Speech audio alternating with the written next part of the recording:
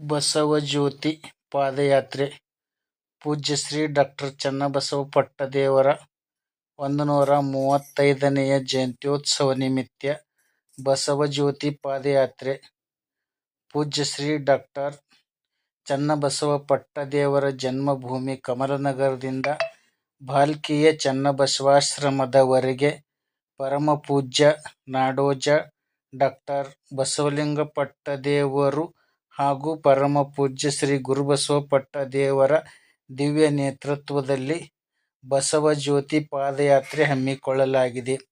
ದಿನಾಂಕ 12/12/2024 ಬೆಳಗ್ಗೆ 10 ಗಂಟೆಗೆ ಉದ್ಘಾಟನೆಯಾಗಿ ಮಧ್ಯಾಹ್ನ 12 ಗಂಟೆಗೆ ಕಮಲನಗರದಿಂದ ಪಾದಯಾತ್ರೆ ಆರಂಭವಾಗುವುದು.